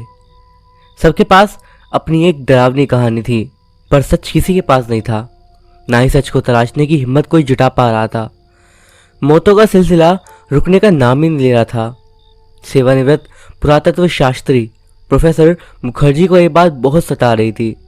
आखिर वहां ऐसा क्या था, क्यों जाते हैं वहां पर लोग, कौन मारता है उन्हें? पुरातत्व विभाग में होने के नाते उन्होंने पुराने किलों और खंडहरों से जुड़ी ऐसी हजारों कहानियां सुनी थी और कई बार उनकी खोज पड़ताल में पाया गया था कि ये सब तो बस अफवाह थी या फिर किसी शातिर अपराधी द्वारा बिछाया गया जाल, जहां पर लोगों को फंसाकर भूत प्रेतों के नाम पर अपना उल्लू सीधा करा जाता था। किले से जुड़ी कहानियां और अफवाहों को सुनकर उन्हें यकीन हो गया था कि यहाँ पर भी कुछ ऐसा ही है और उन्होंने तय करा कि मैं इसकी तह तक जाऊंगा। अगले दिन उन्होंने अपने कुछ दोस्तों को इस बारे में बताया और सुंदरगढ़ चलने की बात करी, पर बूढ़े हो चले उनके दोस्तों ने वहां जाने से साफ इनकार कर दिया। उनके खास दोस्त प्रोफेसर त्यागी ने कहा, मुखर्जी, मेरे पास शोध के लिए 2 लड़के आए हुए हैं, वे भी वहां जाने के लिए कह रहे हैं और बहुत ज़्यादा उत्सुक है उस जगह के बारे में जानने में। जब उन्होंने मुझसे बात की थी तो मैं उन्हें चुप कराकर बैठा दिया, पर अगर अब तुम चाहो तो मैं उन्हें तुम्हारे साथ भेज सकता हूँ। ठीक है त्यागी, कल उन्हें मेरे पास भेजो, मैं देखता हूँ वो मेरे काम लायक हैं या फिर नहीं। आजकल के लड़कों पर मैं यकीन ज़रा कम करता हूँ, क्योंकि ये लोग मशहूर होने के लिए आए दिन अपने लक्ष्य को बदलते रहते हैं, सक्सेस का शॉर्टकट ढूंढते हैं, जो मुझे बिल्कुल नहीं पसंद। वैसे भी ये काम कोई आसान नहीं है, इसके लिए दिलेर, साहसी और धीरज वाले लोगों की ज़रूरत है, क्योंकि चाहे वहाँ भूत प्रेत ना हो पर क्रिमिनल्स का होना वहाँ तय है। त्यागी ने हंसते हुए कहा, तुम बिल्कुल नहीं बदले। अच्छा कोई बात नहीं, कल 10 बजे मैं उन्हें तुम्हारे पास भेज दूंगा, इंटरव्यू ले लेना। बाय कहकर फिर वो निकल गया। दोस्तों के जाने के बाद प्रोफेसर मुखर्जी अपने कंप्यूटर पर सुंदरगढ़ के किले की जानकारियाँ इकट्ठी करने में लगे और इसी दौरान उन्हें पता चला कि सरकार ने वहाँ किसी भी आदमी के आने जाने पर, पर्यटन पर, शोध पर प्रतिबंध लगा दिया है। प्रोफेसर ने सोचा, निसंदेह पिछले दिनों हुई मौतों की वारदातों की वजह से ही सरकार ने कदम उठाया होगा, पर मैं विभाग से परमिशन ले लूँगा। दूसरे दिन तय समय पर प्रोफेसर त्यागी द्वारा भेजे गए 2 नवयुवक मुखर्जी के पास आए। प्रोफेसर अपने बगीचे में बैठकर अखबार पढ़ रहे थे। नौकर ने दोनों लोगों को बगीचे में ही भेज दिया। प्रोफेसर ने उन्हें बैठने के लिए कहा। दोनों लड़के थैंक यू बोलते हुए बैठ गए। प्रोफेसर ने अखबार रखते हुए उनका नाम पूछा। सर, मेरा नाम राहुल है और ये मेरा दोस्त विमल है। हम दोनों प्रोफेसर त्यागी के पास अपना शोध कर रहे थे। ओके, मुझे त्यागी ने सब बता दिया था। मैं ज़रा यूं ही आप लोगों से मिलना चाहता था। तो क्या जानकारी है आपके पास सुंदरगढ़ के किले के बारे में? राहुल ने एक फाइल को आगे बढ़ाते हुए कहा। सर, ये है हमारी जानकारी। फाइल के पन्ने पलटते हुए प्रोफेसर ने कहा, वेरी गुड, एक्सीलेंट काम आप लोगों का। सर, प्रोफेसर त्यागी ने आपके बारे में, आपके काम करने के तरीके के बारे में कल ही बहुत कुछ बताया था, इसलिए हमने कल रात में ही ये फाइल तैयार करी है। सर, हम आपके साथ काम करना चाहते हैं। आपके बारे में हमने पहले ही पढ़ा था कि कैसे आपने चंद्रपुर के खंडहरों का रहस्य खोलकर सनसनी फैला दी थी। मुखर्जी ने मुस्कुराते हुए पूछा। चंद्रपुर की बात और थी, पर वहां जाने से पहले मैं जानता था कि वहां भूत नहीं है। सुंदरगढ़ में मेरा मानना है कि वहां भूत है। तुम लोग कहीं भूत से तो नहीं डरते? विमल थोड़ा घबराया, पर राहुल ने संभालते हुए कहा, ना सर, हम किसी से नहीं डरते। पर क्या हम एक सवाल पूछ सकते हैं? हाँ, पूछो। आपको क्या लगता है कि यहाँ भूत है? हमारी सच तो कहती है कि यह किसी बड़े आपराधिक गिरोह का काम है। प्रोफेसर ने हंसते हुए कहा, बहुत अच्छे, तो कल से हम लोग अपने नजरिए, अपने पक्ष को सिद्ध करने वहां पर पहुंच जाएंगे। आप लोग कल शाम में आ जाइए और फिर हम अपनी शानदार सफारी, जिस पर हम करेंगे सवारी और करेंगे सफर सुंदरगढ़ तक का। विमल और राहुल बहुत अच्छे कहकर निकल जाते हैं और दूसरी शाम दोनों ठीक वक्त पर वहां पहुंच जाते हैं। प्रोफेसर पहले से तैयार उनका वेट कर रहे थे। फिर वे लोग निकल पड़ते हैं सुंदरगढ़ के किले का रहस्य सुलझाने। रास्ते भर वो लोग कयास लगाते रहे, ऐसा हो सकता है, वैसा हो सकता है, ये भी हो सकता है। रात का सफर, ऊपर से घने जंगल में पसरा हुआ सन्नाटा किसी भी कमजोर दिल आदमी की जान लेने के लिए काफी है। प्रोफेसर को तो ऐसे सन्नाटों का अनुभव था, पर राहुल और विमल नए थे। कई मोड़ों पर उन दोनों ने अपने आप को धीरज बंधाया कि डर के आगे जीत होती है। सुबह सुंदरगढ़ पहुंचकर उन्होंने वहां की पुलिस से परमिशन के साथ कुछ जानकारियां ली। पुलिस ऑफिसर ने उन्हें इस शर्त पर मंजूरी दी कि आप जो भी करेंगे सिर्फ रात के वक्त करेंगे, दिन के वक्त वहां नागरिकों को कोई तकलीफ नहीं होनी चाहिए। परमिशन लेटर लेकर वे किले की तरफ चल पड़े और उस दौरान उन लोगों ने आते जाते राहगीरों से भी किले के बारे में बहुत सारे सवाल पूछे, पर कोई भी खास जानकारी नहीं मिली। सभी लोग डरे हुए थे और मुंह खोलने को तैयार ही नहीं थे। वो लोग किले से थोड़ी दूरी पर बने एक छोटे से होटल में रुक गए और तैयार होकर बीच बीच में बहानों के जरिए होटल के लोगों से ही जानकारियां इकट्ठी करने लगे। पूछताछ में ही मैनेजर ने प्रोफेसर को बताया कि इन सब चीज़ों की वजह से किस तरह उनका होटल बर्बाद हो गया है। ना तो इस जगह पर पहले पर्यटक ज़्यादा आते थे, लेकिन अब तो यहाँ पर लोग आना पसंद ही नहीं करते। प्रोफेसर ने कहा, मैनेजर साहब, किला तो बहुत पुराना है, इतने दिनों तक सब कुछ ठीक ठाक था, फिर कुछ महीनों में ऐसा क्या हो गया कि लोग मरने लगे, इतनी दहशत फैल गई। मैनेजर ने बहाने बनाकर उनके सवाल को टाल दिया और तभी विमल ने प्रोफेसर को सुझाया, सर दिन में कुछ काम नहीं कर सकते, पर ज़रा नज़दीक से देख तो सकते हैं। राहुल ने हाँ में हाँ मिलाते हुए कहा, सर उसका कुछ फ़ायदा हमें रात के वक्त काम करने में मिल सकता है। प्रोफेसर ने अपना कोट पहना और सिगरेट जलाते हुए बोले, यू आर राइट, चलो देखते हैं। दोपहर के सन्नाटे में किले के खंडहरों से गुजरती हवा की साय साय के अतिरिक्त उन्हें किसी परिंदे के उड़ने की आहट भी ना मिली। कुछ दीवारों के गिर जाने के बावजूद भी वो किला आज भी बहुत खूबसूरत दिख रहा था। आसपास फैली छोटी छोटी पहाड़ियाँ, उतरता हुआ सा छोटा सा झरना और झरने के किनारे पर खड़े हरे भरे पेड़ उसकी खूबसूरती में चार चांद लगा रहे थे। राहुल ने विमल से कहा, होटल वाला सच बोल रहा था, इसकी सुंदरता ज़रूर पर्यटकों को खींच लाती होगी। हाँ यार, वो देख, दीवारों पर उकेरी हुई परियों की तस्वीर कितनी अच्छी लग रही हैं। लगता है जैसे बाहें फैलाए वो लोगों को अपने पास बुला रही हैं। प्रोफेसर ने सिगरेट का धुआं छोड़ते हुए कहा, मगर सोचने वाली बात यह है कि इतनी खूबसूरत जगह इतनी खतरनाक और भयानक कैसे हो गई। इस सुंदरता को कुरूप करने की कोशिश करने वाला शैतान है कौन? हमें जानना है कि इसके पीछे कौन है और वो क्यों कर रहा है ऐसा। यस सर, लेकिन ये सब तो हमें आज रात छानबीन करने के बाद ही पता चल सकता है। प्रोफेसर ने चश्मा पोंछते हुए कहा, हाँ चलो, मुझे भी इस किले का इतिहास थोड़ा और खंगालना है। होटल लौटते वक्त भी उन्होंने अपनी खोजबीन जारी रखी और आते जाते लोगों से सवाल पूछते रहे। और तभी अचानक उन्हें एक बूढ़ी औरत दिखी। उन्होंने उससे भी किले के बारे में पूछा। बुढ़िया पहले तो चुप रही और फिर गुस्से में बोली, आ गए तुम भी लालच में किले का खजाना लूटने, लेकिन मारे जाओगे। तुमसे पहले भी आए थे लोग, लेकिन मारे गए। तुम लोगों की लालच ने ही उस शैतान को जगाकर इस किले को वीरान कर दिया है। बुढ़िया का रुख बड़ा ही आक्रामक था और उसके शब्दों में जितना दुख था उतना डर भी था, जिससे वो तीनों ही स्तब्ध हो गए थे। कुछ और पूछने के लिए जब तक वो लोग जागे तब तक बुढ़िया न जाने कहाँ खो गई थी। बुढ़िया का चेहरा आंखों में और उसकी बातों की सोच में डूबे हुए वे लोग होटल में पहुंचे। प्रोफेसर के साथ विमल और राहुल ने मिलकर बुढ़िया के कहे एक एक शब्द को कई कई बार परखा और पाया कि कहानी किसी खजाने से जुड़ी है और लोग उस खजाने की खोज में ही मारे जा रहे हैं। वे कुत्ती सुलझाने की कोशिश कर रहे थे कि तभी वहां वेटर आता है और पानी रखकर पूछता है, साहब और कुछ लाऊं? प्रोफेसर ने थैंक्स बोलते हुए नहीं में सर हिलाया और अचानक राहुल ने वेटर को रोका और अपने पास बुलाया और कहा, जब से हम आए हैं देख रहे हैं तुम जब भी कमरे में आते हो तो जाते वक्त बड़े रुके हुए कदमों से जाते हो, जैसे हमसे कुछ कहना चाहते हो। प्रोफेसर ने खड़े होते हुए उसके कंधे पर हाथ रखा। डरो नहीं, हमें बताओ क्या नाम है तुम्हारा? वेटर ने डरते हुए कहा, सर मेरा नाम सोमेश है और मुझे यहाँ पर सैम कहते हैं। साहब मैं जानता हूँ कि आप लोग किले में छिपे खजाने की तलाश में आए हो।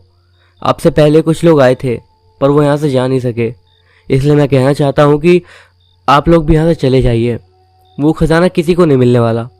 बात करते करते उसकी आवाज़ थरथराने लगी, लगभग रोने सा लगा वो। प्रोफेसर ने उसे संभालते हुए कहा, घबराओ मत, हमें बताओ तुम क्या जानते हो। हम किसी खजाने की खोज में यहाँ पर नहीं आए हैं। हमारा मकसद है मारे गए लोगों को इंसाफ दिलाना। इस शहर के लोगों को डर से मुक्त करना। साहब, यही तो उन लोगों ने भी कहा था जो पैसों का लालच देकर मेरे दोस्त को गाइड बनाकर उस किले में लेकर गए और आज तक नहीं लौटे। पर मैंने लाश देखी है, अपने दोस्त की लाश। सारा गांव कांप गया था उसे देखकर, इतनी भयानक हालत थी। उसकी मौत कितनी भयानक हुई होगी ये बाहर आ चुकी उसकी आंखें बता रही थी। वो हाफते हुए बैठ गया और कहने लगा, साहब आप लोगों का इरादा नेक है और अगर आप जाना ही चाहते हो तो मैं कहूँगा कि यहाँ से थोड़ी दूर गांव में रहने वाली जोगन माई से एक बार जरूर मिलना। वो इस काम में आपकी बहुत मदद कर सकती हैं। मैं आप लोगों को इतनी मदद ज़रूर कर सकता हूँ कि आप लोगों को उनके पास ले जा सकता हूँ। विमल ने पानी का गिलास वेटर के हाथ में देते हुए कहा। उफ, ये अफवाहें। पानी पी चुके वेटर ने पसीना पोंछते हुए कहा, साहब आप हंसते हैं क्योंकि अभी तक आपने केवल डर के बारे में सुना है। डर क्या होता है कभी जाना नहीं है। तभी बात करते हुए राहुल ने कहा, तुम हमें डरा रहे हो? वेटर ने रुकते हुए कहा, नहीं मैं समझा रहा हूँ। तभी प्रोफेसर ने दोनों को रोकते हुए कहा, ओके कल सुबह तुम चले आना, हम तुम्हारे साथ चलेंगे तुम्हारी जोगन माई के पास उनसे मिलने। वेटर ठीक है बोलकर चला गया। तब विमल और राहुल एक साथ बोल पड़े, क्या सर आप भी इन अंधविश्वास के पचड़े में पड़ रहे हैं? तुम्हारे नज़रिए और मेरे नज़रिए, हम दोनों के नज़रियों में उस जोगन माई से मिलना ठीक ही रहेगा। वैसे भी मेरा स्टाइल रहा है कोई काम शुरू करने से पहले उस काम के बारे में सही और गलत दोनों तरह की इन्फॉर्मेशन इकट्ठा करना। सो होते ही सैम के साथ प्रोफेसर, विमल और राहुल जोगन माई से मिलने के लिए निकल पड़े। गांव पास था तो वो लोग जल्दी ही वहां पहुंच गए। छोटे से उस गांव में घास फूस की झोपड़ियों के बीच बनी जोगन माई की कुटिया ढूंढने में उन्हें ज्यादा देर नहीं लगी। कुटिया के सामने भीड़ लगी हुई थी। कई आदमी और औरतें इलाज के लिए वहीं बैठे थे। प्रोफेसर, राहुल और विमल गाड़ी के पास ही खड़े रहे और सोमू कुटिया में जोगन माई के पास गया। उनके पैर छूकर उसने दूसरी भाषा में कुछ कहा। जोगन माई ने हंसते हुए प्रोफेसर को कुटिया के अंदर आने का इशारा करा। चुगन वाला कपड़ा, झुकी हुई कमर, हाथों में टेढ़ी मेढ़ी लाठी और लाठी को छूती हुई गले से लटकती सैकड़ों मालाएं, खुले हुए चमकते सफेद बाल, झुर्रीदार चेहरा, भभूस से भरा माथा और धसी हुई बड़ी बड़ी आंखें। एक कुटिल मुस्कान जो लोगों को संशय में डाल देती थी। बातों बातों पर जब वो हंसती थी तो उसकी कर्कश हंसी लोगों के दिलों को दहला देती थी। वो तीनों को अपने पूजा वाले कमरे में लेकर गई। उसने कुछ मंत्र पढ़े और जलती हुई धुनी में कुछ डाला। उसके बाद उसने अजीब तरह से सर घुमाते हुए कहा, प्रोफेसर अरविंद मुखर्जी, तुम यहाँ खुद नहीं आए हो बल्कि ईश्वर का विधान तुम्हें खींच लाया है। तुम्हारे ही हाथों होगी उस दुष्ट की मुक्ति, उसकी गिरफ्त में तड़प रही राजकुमारी चंद्रप्रभा की आत्मा की मुक्ति, क्योंकि तुम ही हो मणिभद्र के पुनर्जन्म। जोगन माई से अपना पूरा नाम सुनकर प्रोफेसर चौंक गए, किंतु उसकी दूसरी बातों पर भड़कते हुए वो बोले, व्हाट नॉनसेंस, क्या बकवास कर रहे हो तुम? मैंने समझा था तुम्हारे पास कोई इन्फॉर्मेशन मिलेगी, पर तुम्हारे पास सिवाय ढकोसलों के कुछ भी नहीं है। जोगन माई ने कहा, रुको, बकवास नहीं मेरी बातें। पढ़े लिखे होने का गुरु है तुम्हें, तो पढ़ो इस भोजपत्र पर लिखी हुई बातें। पढ़ सकते हो लिपि को? प्रोफेसर ने झटके से भोजपत्र अपने हाथ में ले लिया और देखने लगे। विमल और राहुल को तो कुछ समझ में नहीं आया, पर प्रोफेसर मुखर्जी उस पत्र को पढ़ सकते थे, क्योंकि बहुत साल पहले राजस्थान के किले की खुदाई में मिले हुए शिलालेख की लिपि से वो काफ़ी ज़्यादा मिलती जुलती थी। प्रोफेसर चौंक गए। उन्होंने कहा, ओ माय गॉड, इसमें तो किले का पूरा इतिहास लिखा हुआ है, मगर 300 साल पहले लिखे हुए दस्तावेज तुम्हारे पास कैसे? उसने एक भयानक हंसी में हंसते हुए कहा, डरो मत, मैं भी एक इंसान ही हूँ। ये भोजपत्र मुझे मेरे गुरु ने दिया था और उन्हें उनकी गुरु ने। पिछले 300 सालों से हमने इसे सहेज कर अपने पास रखा है, क्योंकि हम जानते थे एक दिन तुम यहाँ ज़रूर आओगे। तुम्हारे ही हाथों अंत होना उस शैतान का। प्रोफेसर अब कुछ घबराए हुए थे, पर उन्होंने भोजपत्र को पढ़ना शुरू करा। विमल और राहुल हैरत भरी निगाहों से उन्हें देख रहे थे। आज से लगभग 300 साल पहले यह शहर सुंदरगढ़, इसे राजा भूपाल सिंह ने बसाया था और यह किला भी उन्होंने ही बनवाया था। वो इस किले में रहते थे। बहुत अच्छे राजा थे। उनकी एक बेटी थी जिनका नाम था राजकुमारी चंद्रप्रभा। वो उनकी इकलौती संतान थी। राजा उससे बहुत प्यार करते थे और उसकी कोई बात कभी नहीं टालते थे। राजा को कोई पुत्र नहीं था, इसलिए वो अपनी पुत्री चंद्रप्रभा का विवाह जल्द से जल्द कर देना चाहते थे। एक दिन इन्हीं चिंताओं में खोए हुए जब वे बैठे थे, तभी अचानक चंद्रप्रभा वहां पर आई और उसने महामंत्री मणिभद्र के बेटे वीर चंद्रसेन से अपने प्रेम की बात अपने पिता को बताई।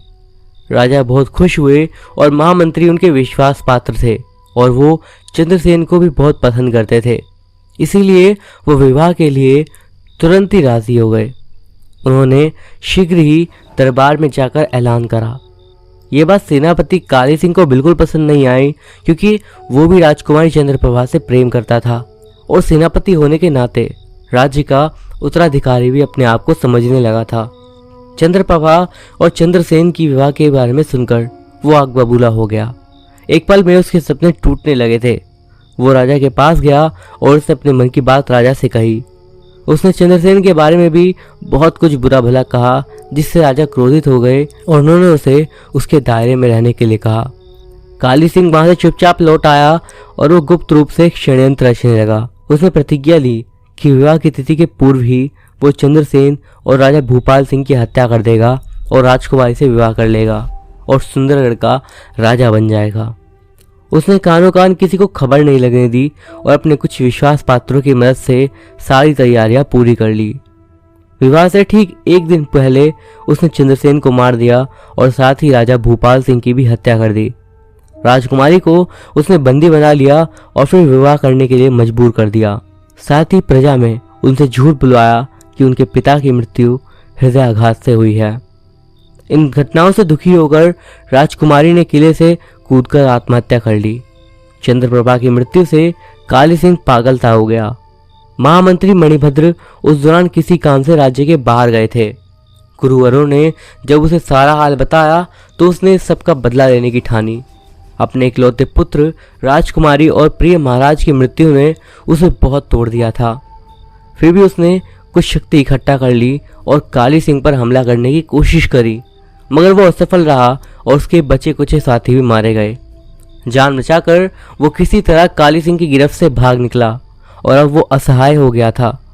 नाउम्मीद होकर उसने आत्महत्या की कोशिश करने की सोची, पर तभी उसकी मुलाकात एक तांत्रिक से हुई। उसने अपनी व्यथा उसे बताई। तांत्रिक ने उसे अपना शिष्य बनाकर न सिर्फ उसे काली सिंह के सैनिकों से बचाया, बल्कि उसे तंत्र साधनाओं से शक्तियां भी दिलाई।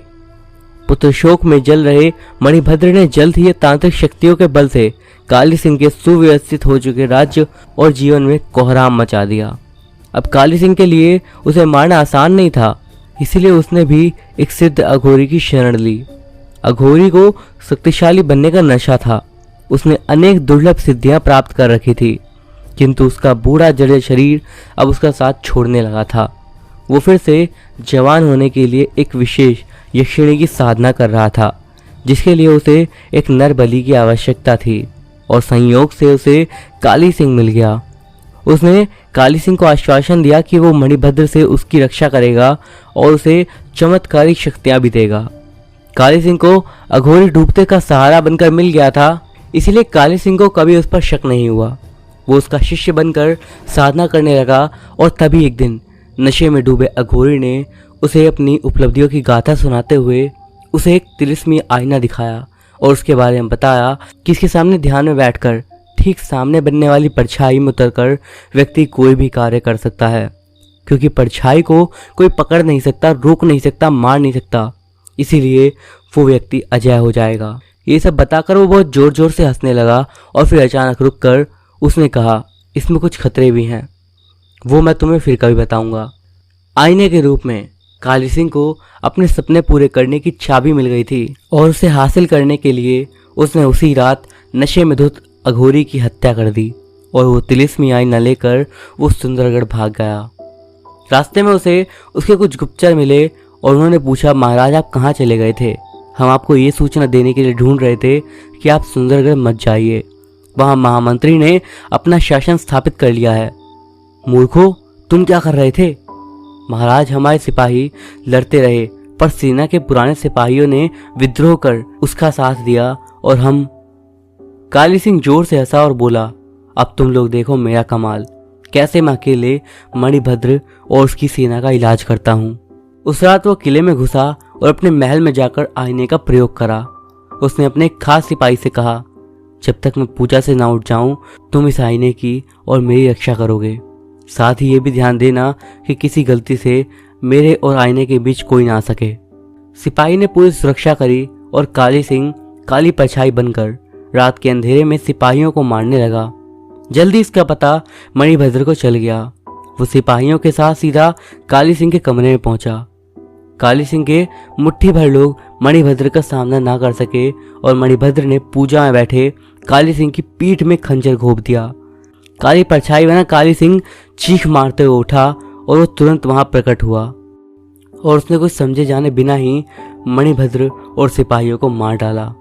जब उसका क्रोध शांत हुआ तो देखा कि उसका शरीर मृत हो गया है और अब वो सदा के लिए सिर्फ परछाई बन गया था। वो रो पड़ा कि वो क्या करे। तब अघोरी की आत्मा ने आकर कहा, अब तुम सदियों तक ऐसे ही रहोगे, ना जिंदा ना मुर्दा, बस एक परछाई। रोते हुए काली सिंह ने कहा, नहीं गुरुदेव, मुझे इतना बड़ा श्राप मत दीजिए। अघोरी ने हंसते हुए कहा, ये श्राप नहीं, तेरे कर्मों का फल है। फिर भी तू सुन, तुझे मुक्ति तब मिलेगी जब मणिभद्र फिर से आकर अपना तिलिस्मी खंजर तेरी पीठ से निकालकर ये शीशा तोड़ देगा। काली सिंह ने रोते हुए पूछा, ये कैसे संभव है? उसे तो मैंने मार डाला। पुनर्जन्म का इंतजार कर। ऐसा बोलते हुए वह अघोरी गायब हो गया। भोजपत्र मोड़कर जेब में रखते हुए प्रोफेसर ने एक लंबी सांस ली और फिर सिगार जलाते हुए जोगन माई से बोले, तो तुम्हारे मुताबिक वो मणिभद्र मैं हूँ, पर मुझे तो कुछ याद नहीं, बल्कि ये तो मुझे एक हॉरर स्टोरी सी लग रही है। जोगन माई ने एक बड़े टीस में कहा, उसका वक्त भी आएगा, सब याद आ जाएगा। कहकर वो बेहोश हो गई और आश्रम के लोगों ने उसे संभाला। होश में आकर उसने कहा, मेरा यही तक काम था, अब आप लोग जा सकते हैं, ईश्वर आपकी रक्षा करे। रास्ते में प्रोफेसर से विमल और राहुल ने पूछा, सर वो खजाना? प्रोफेसर ने कहा, पुराना किला है, कुछ ना कुछ खजाना होगा ही, बस पड़ गए होंगे लोग उसी चक्कर में। चलो होटल पहुंचकर कुछ तैयारी करते हैं, आज रात ही किले में जाएंगे। और होटल आकर वो लोग तैयारी में लग गए और रात के समय वो किले के द्वार पर पहुंच गए। प्रोफेसर ने सिगार जलाया और विमल और राहुल से कहा, यदि तुम लोग अब भी जाना चाहते हो तो जा सकते हो। दोनों ने ना में सर हिलाते हुए कहा, नहीं सर, अब तो हम बिना रहस्य जाने यहाँ से नहीं जाएंगे। किले के भीतर पैर रखते ही उनका सामना एक सांप से हुआ जो दिखा और चुपचाप गायब हो गया। उन लोगों ने अपनी टॉर्च को संभाला। विमल ने कहा, भूत प्रेत तो बाद में कुछ करते होंगे, शायद ही सांप बिच्छू पहले ही लोगों को काम तमाम करते होंगे। राहुल हंस पड़ा और तब प्रोफेसर ने उसे शांत रहने का इशारा करा। उन्हें बहुत सी आवाजें एक साथ सुनाई पड़ रही थी। जैसे जैसे वे लोग किले के अंदर जा रहे थे, आवाजें आहटे और स्पष्ट ज्यादा भयानक होती जा रही थी। ना चाहते हुए भी उनके कदम कांपने लगे थे, होठ सूखने लगे और अनजान ठोकरों से कलेजा मुंह तक आ जाता। वे खुद को संभाल कर किसी तरह आगे बढ़ते रहे और कभी बिल्लियों का रोना, कभी कुत्तों का रोना और कभी हजारों चमगादड़ों का उड़ते दिखना, फिर गायब हो जाना। कभी कभी तो दीवार पर बनी आकृतियां उभर कर भयानक रूप में सामने आती। एक पल को चकाचौंध उजाला तो दूसरे पल में एकदम अंधेरा। ये सब ऐसे इशारे थे जिनसे लग रहा था कि मानो कोई उन्हें अंदर जाने से रोक रहा है, पर कुछ ऐसा भी है जो कि उन्हें अंदर बुला रहा है। अमावस की काली रात जैसे जैसे गहरा रही थी, वैसे वैसे किले में हलचलें बढ़ती जा रही थी। लगने लगा था जैसे शांत वीरान पड़ा सोया हुआ किला जाग रहा है। हवा की चाल और आवाज भी डरावनी होती जा रही थी। उनके हौसले जवाब दे रहे थे। प्रोफेसर का कुछ एक्सपीरियंस भी काम नहीं आ रहा था। कहीं कोई सबूत नहीं। उन्हें समझ नहीं आ रहा था कि वहां पर हो क्या रहा है। जब चीजें दिखती तो सच लगती और खोते ही सब कुछ भ्रम सा लगता। सब झेलते हुए अब वो किले के बीचों बीच पहुंच गए, जहां से किले की सुंदरता देखते बन रही थी। प्रोफेसर ने कहा, व्हाट अ ग्रेट व्यू। आज तक ऐसा वास्तु और मूर्तिकला का संयोग नहीं देखा। मानना पड़ेगा उस युग की भवन निर्माण तकनीक को, पद्धति को जितनी वैज्ञानिक है उतनी आध्यात्मिक। राहुल ने कैमरा संभालते हुए कहा, आध्यात्मिक? हाँ, आध्यात्मिक मंदिरों, तालाबों का सही कोण, सही दिशा में होना, द्वारों और उपद्वारों की ऐसी बनावट जो कि बस सुंदर ही नहीं, सुरक्षा की दृष्टि से महत्वपूर्ण हो। बात करते करते प्रोफेसर ने दीवार पर बनी एक खूबसूरत आकृति को साफ कर उस पर लिखे हुए को पढ़ने की कोशिश करी। लिखावट की लिपि भोजपत्र की लिपि वाली ही थी, किंतु आगे का पत्थर चटक जाने की वजह से राजा भूपाल सिंह के अतिरिक्त कुछ और पढ़ने में ना सका। किले में और अंदर बढ़ने पर प्रोफेसर को एक चीख सुनाई पड़ी और ऐसा लगा मानो कोई औरत किले के ऊपरी भाग से नीचे गिर पड़ी हो। वे लोग दौड़कर उधर आए पर वहां पर कुछ भी नहीं था। पर जब उन्होंने ऊपर देखा तो एक पत्थर उनके सर पर गिर पड़ा। वे बेहोश से हो गए और राहुल और विमल ने उन्हें पानी छिड़क कर जगाया, पर उनके होश में आते ही वे दोनों चौंक पड़े। वे न जाने कैसी बातें कर रहे थे। उनको धक्का देकर वो सीढ़ियों की तरफ भागे और राजकुमारी राजकुमारी कहते हुए एक पल में ऊपर के कमरे में पहुंच गए। उनमें इतनी शक्ति आ गई थी कि उन्होंने कमरे के बंद पड़े दरवाजे को एक झटके में गिरा दिया। जब राहुल और विमल वहां तो उन्होंने देखा कि वो रो रो कर किसी से बात कर रहे थे, बीच बीच में उसे धीरज बंधाते मानो कोई रो रहा हो। राहुल और विमल को एक साय के अतिरिक्त कुछ नहीं दिख रहा था। उन्होंने अंदाजा लगाया कि शायद प्रोफेसर को अपना पिछला जन्म याद आ गया है और वो राजकुमारी चंद्रप्रभा की आत्मा से बात कर रहे हैं।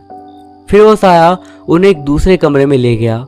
वो दरवाजा अपने आप खुल गया और अंदर जाकर प्रोफेसर फर्श पकड़कर रोने लगे और कहने लगे, यहाँ मेरे पुत्र को मारा गया, चंद्रसेन चंद्रसेन कहकर वो दहाड़ मारने लगे।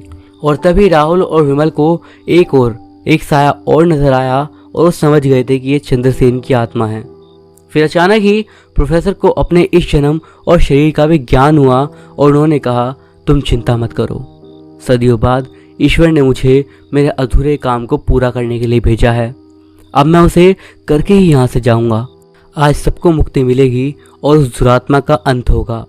प्रोफेसर उन आत्माओं के पीछे पीछे चलने लगे और एक लंबा गलियारा पार करके वो लोग एक कमरे के भीतर पहुंचे।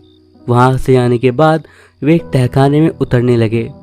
ये बड़ा सकरा और भयानक रास्ता था। जगह जगह नरमुंड और कंकाल दिख रहे थे। बहुत से लोगों की चीखें और रोने की आवाज आ रही थी। विमल और राहुल भी सब अनसुना अनदेखा कर दिल थामे प्रोफेसर के पीछे चल रहे थे। तभी उन सायों ने रुक कर कहा, हम इससे आगे नहीं जा सकते। काली सिंह ने मंत्र शक्तियों से इस जगह को बांध रखा है। यहाँ उसकी आज्ञा के बिना कोई जिंदा या मुर्दा नहीं जा सकता। सामने की गुफा में वो तिलिस्मी आईना और उसके ठीक सामने पत्थर की मूर्त हो चुका उसका वो पुराना शरीर है।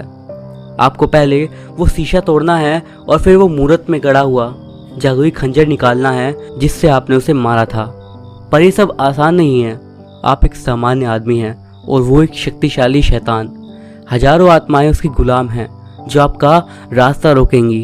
आपकी जान भी जा सकती है। प्रोफेसर ने कहा, नहीं, विधाता ने भेजा है तो कुछ सोचकर ही भेजा होगा। फिर वो आगे बढ़ने लगे और उन पर हमले होने लगे। कभी तेज आंधियां उड़ाकर उन्हें गिरा देती तो कभी गुफा के पत्थर उन पर बरसने लगते। कभी तेज आग की लपेटें उन्हें जलाने लगते, पर वे लहूलुहान किसी तरह उस कमरे तक पहुंच गए।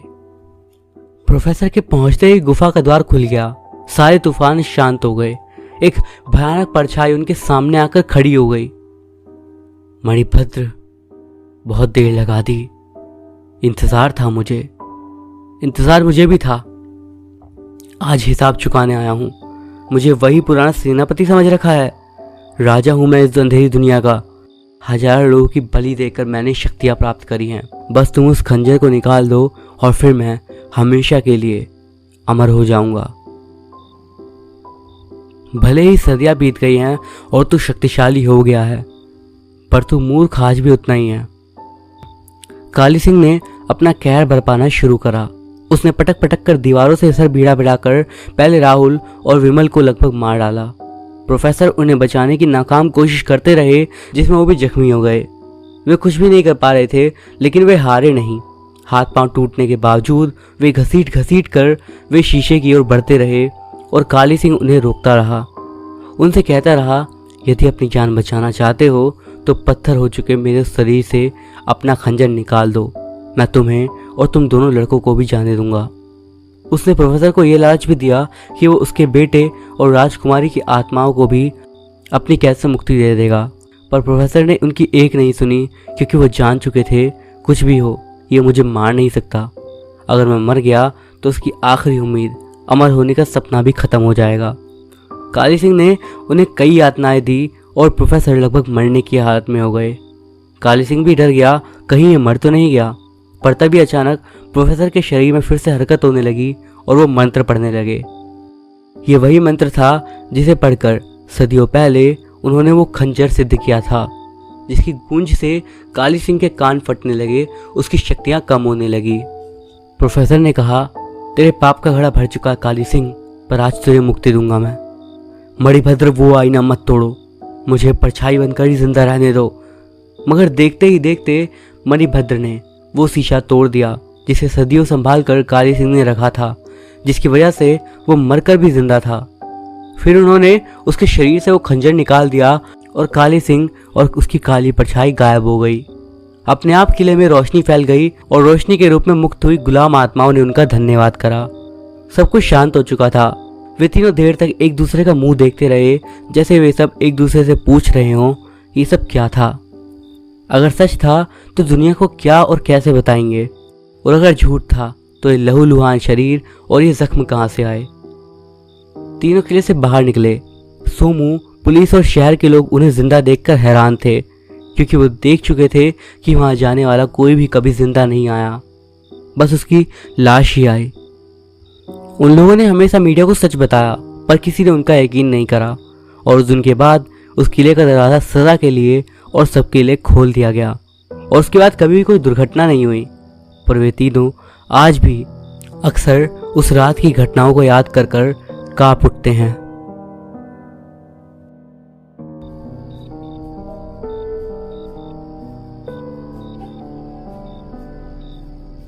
मेरे चाचा जी की उम्र इस साल लगभग 80 साल की हो गई है। वो अपने गांव में बहुत ही जाने माने डॉक्टर थे अपने समय के, और ये घटना उनके साथ घटी थी जो कि उन्होंने मुझे बताई थी।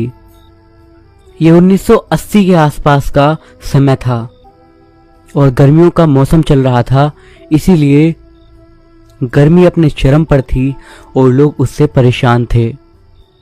मेरे चाचा जी को नींद नहीं आ रही थी, इसीलिए उन्होंने घर का मेन डोर खोल दिया था और खिड़की को भी खोल दिया था ताकि कुछ हवा अंदर आए। उस समय पर उनके घर में बिजली का कनेक्शन नहीं था और ना ही उस समय पर उससे कोई चलने वाले उपकरण थे, तो उसी समय पर लोग जल्दी ही बिस्तर पर सोने के लिए रात में चले आया करते थे। मेरे चाचा जी ने जब घड़ी की तरफ देखा तो उन्होंने पाया कि बस आधी रात होने ही वाली थी, और उन्होंने अपने सिर को थोड़ा एडजस्ट करा और उसके बाद वो जो किताब पढ़ रहे थे उन्होंने उसे वापस रख दिया और सोचा कि अब मुझे भी सोने जाना चाहिए। अब वो बिस्तर से उठे और वो दरवाजा बंद करने जा ही रहे थे कि उन्हें अपने मेन डोर पर किसी की दस्तक सुनाई दी।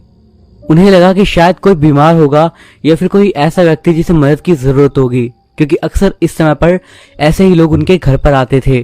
तो वो जल्दी से उठे और वापस दरवाजा खोलने के लिए बढ़े। उन्होंने जब दरवाजा खोला तो पाया कि उनके सामने उनकी ही उम्र का लगभग एक आदमी खड़ा हुआ था, और वो उसका चेहरा ध्यान से देख नहीं पा रहे थे क्योंकि अंधेरा था। कम रोशनी के कारण वो पहचान तो नहीं पाए उसको, पर उन्होंने सोचा कि वो दोनों जरूर एक ही गांव के हैं और वो व्यक्ति उनसे मदद मांगने के लिए आया है। वो शायद उसे पहले कहीं मिले नहीं होंगे। अपने काम की आदत की वजह से उनका ज्यादा ध्यान लोगों की तरफ नहीं बल्कि उनकी जख्म या फिर उनकी बीमारी की तरफ जाता था।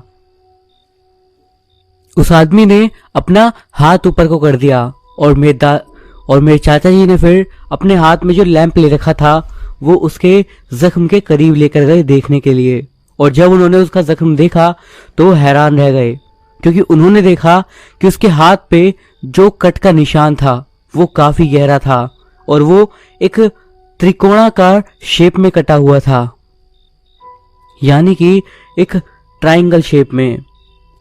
उसे देखकर ऐसा लग रहा था कि मानो उस जगह की खाल को जबरदस्ती निकाल दिया हो, क्योंकि उसके अंदर वो हड्डी तक को देख पा रहे थे।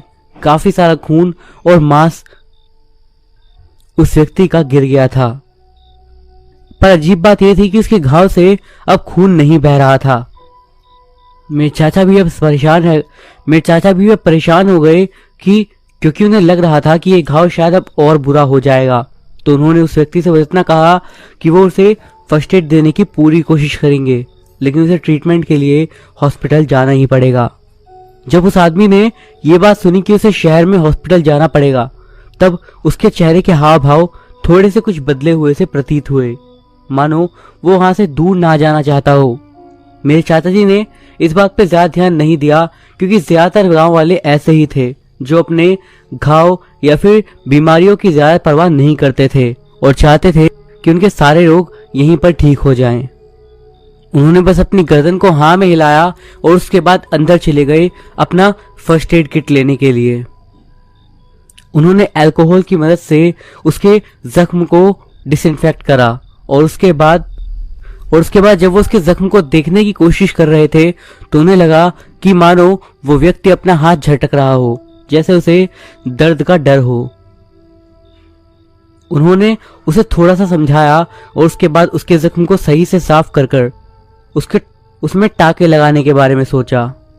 उन्होंने टाके लगाने वाली सुई को गर्म करा और उन्हें डिसइंफेक्ट करा और उसके बाद उसके जख्म को टाके लगाना शुरू कर दिया। पर जो अब अगली चीज हुई, इससे वो भी हैरान रह गए। जब वो सुई को उसकी त्वचा के करीब ले जा रहे थे तो वो डर रहे थे कि शायद वो आदमी भी डर के मारे चिल्ला देगा। पर जो अजीब चीज उन्होंने देखी वो ये कि जब वो उसकी त्वचा को सिलने लगे, उस समय भी उस आदमी के चेहरे के भाव बदले ही नहीं, मानो उसे दर्द का पता ही ना लग रहा हो। उसके मुंह से दर्द के नाम पर एक शब्द भी नहीं निकला। मेरे चाचा जी ने थोड़ा सांस ली और अपने दिमाग में ही सोचा और ये सोचने लगे कि ये बंदा वाकई में कितना मजबूत, यानी कि कितना शक्तिशाली है कि उसे अपना दर्द महसूस भी नहीं हो रहा है। उस समय पर जाकर उन्होंने अब उस आदमी का चेहरा थोड़ा ध्यान से देखा था। उन्हें उसका चेहरा देखकर ऐसा लग रहा था कि मानो वो बहुत कमजोर हो और उसका चेहरा बिल्कुल ऐसा लग रहा था मानो जैसे किसी लाश का लगता हो। पर उन्होंने इस ख्याल को ये सोच के टाल दिया कि उस व्यक्ति का काफी सारा खून उसके घाव से निकल चुका है, जिस कारण हो सकता है कि वो उससे ज्यादा कमजोर प्रतीत हो रहा हो। उसको टाके लगाने में लगभग आधा घंटा बीत चुका था। उनके हिसाब से ये काम उस समय के लिए लगभग खत्म होने ही वाला था। मेरे चाचा बताते हैं कि उन्हें अच्छे से याद है कि उन्होंने 8 टाके लगा दिए थे और उन्हें 2 टाके और लगाने बाकी थे।